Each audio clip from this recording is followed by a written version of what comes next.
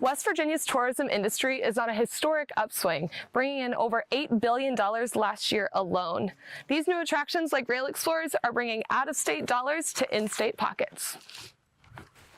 I'm Georgia Hensley, and I'm showing you how to experience the wild heart of West Virginia on rails, where the journey is just as thrilling as the view. Mountaineer Playbook starts now.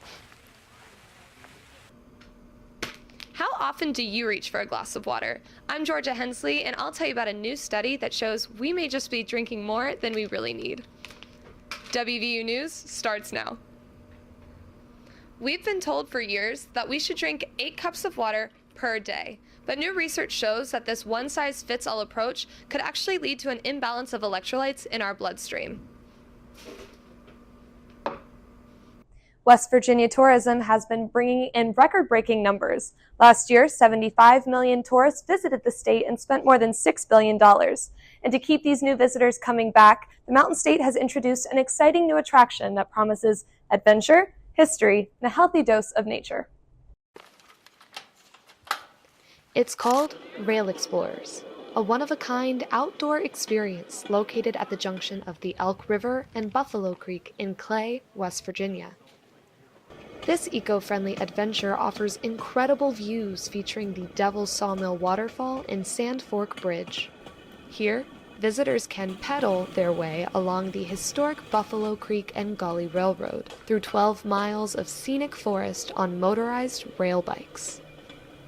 Rail Explorers, a company based in Rhode Island, opened this location in June 2024 and has already seen massive success. Our initial projections were only, maybe 8,000 to 10,000 riders in our first season, and we're going to hit probably over 16,000 when we finish. West Virginia's tourism industry is on a historic upswing, bringing in over $8 billion last year alone.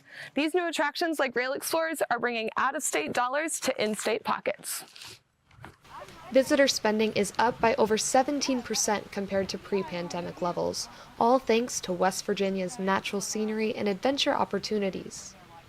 Tourism officials say that the state welcomed over 75 million visitors in 2023 alone.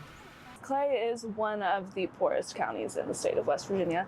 They recently made headlines for closing their last grocery store, only I think a year and a half ago maybe. So to bring any industry to the region at all is wonderful news, and I think that it is a sign of future prosperity to come. Rail Explorers offers tours 6 days a week with pet-friendly options and bike sizes that can fit up to 4 riders. For anyone looking to experience the natural beauty of West Virginia in a new way, this might be the perfect ticket. Rail Explorers has 7 locations nationwide, including Boone, Iowa, and for baseball lovers, Cooperstown, New York. Morgantown is making efforts for the communities in North Carolina and East Tennessee left devastated after Hurricane Helene. Adventure West Virginia staff at West Virginia University loaded up a trailer of donated water, canned food, and first aid supplies to those affected by the storms.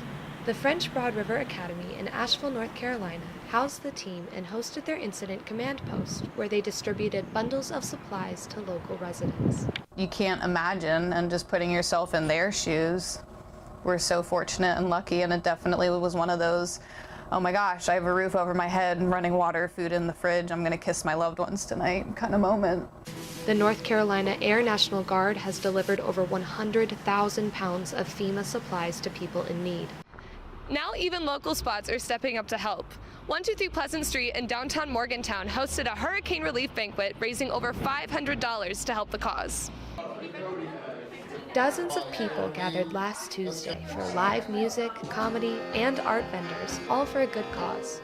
Proceeds from the art and ticket sales went to the East Tennessee and North Carolina relief funds.